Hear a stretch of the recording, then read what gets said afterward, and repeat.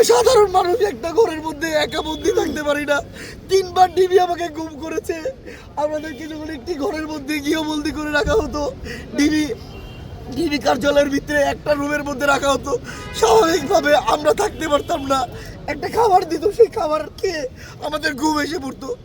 খাবার দিত ভাতের সাথে মিশায়, আমরা জানি না খেতে হবে, সেই খাবার খাওয়ার সাথে সাথে ঘুম এসে পড়তো। আর নেত্রীকে বিনা চিকিৎসায় তাদের প্রত্যেকটা নেতাকর্মী প্লেনে করে যে সিঙ্গাপুরে বিভিন্ন দেশে চিকিৎসা নিয়ে এসেছে। আমাদের যিনি অন্যায়ের কাছে আপোষ করেনি, আপোষের নেত্রী, তাকে বিনা চিকিৎসায় ঘরের মধ্যে তিলে তিলে শেষ করে দিতে চেয়েছিল। আমাদের ডাক্তার রফিক সাহেব বারবার বলেছে যে তাকে বিদেশে চিকিৎসার জন্য দেওয়ার জন্য আমরা আন্দোলন সংগ্রাম করেছি, তাকে বিদেশে চিকিৎসা দেওয়ার জন্য। তাকে কিন্তু চিকিৎসা নিতে দেয়নি। শেষে একটি কথা বলি, আমাদের নেত্রীকে দেখুন, আমাদের নেত্রী অন্যের কাছে আপোষ করেনি। দেখুন সে কতটুকু, মানে কি বলবো, কষ্ট নিয়ে সে তাকে বিদেশে চিকিৎসা নেওয়ার জন্য তাকে এবারেও বলা হয়েছে। সে শেষ মুহূর্তে বলেছে, না, আমার দেশ বাংলাদেশ, আমি এই দেশেই শেষ নিঃশ্বাস ত্যাগ করতে চাই, আমি বিদেশে যেতে চাই না।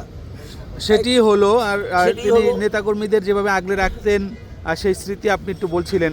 যদি আমি যদি একটু বলি যে তাকে কারাগারে, আমরা এমনও শুনেছি যে কারাগারে ইঁদুর ছেড়ে দেওয়া হতো।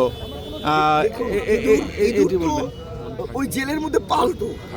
আমরা যখন ওই জেলে 2014 সালে জেল খাটি, ওই জেলের মধ্যে মানে ওই জেলাররা কিছু বিএনপির নেতাকর্মীদেরকে উপর মানে পৈশাচিক কায়দায়, নির্মম কায়দায়, যেটা বলার ভাষা নেই।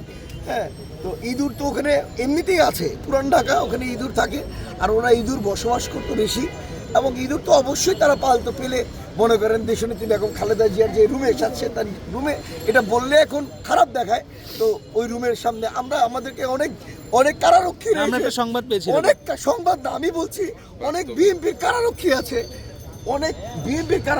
আমাদেরকে এসে বলতো, ভাই, নেত্রীকে এইভাবে পৈশাচিক কায়দায় নির্মমভাবে নির্যাতন করা হতো। আমরা বলতে পারি না ভাই, বললে চাকরি থাকবে না ভাই আমাদের। কি বলতো তারা, একটু বলবেন?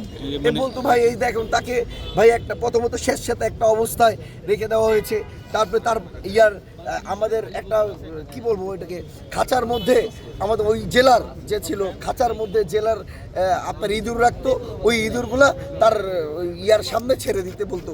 তো এরকমভাবে পৈশাচিক কায়দায় নেত্রীকে নির্মমভাবে নির্যাতনের শিকার করেছে একটা গারতের ভিতরে। ঠিক আছে। আপনার পরিচয়টা একটু? আমি ঢাকা দক্ষিণ ছাত্র দলের সাধারণ সম্পাদক।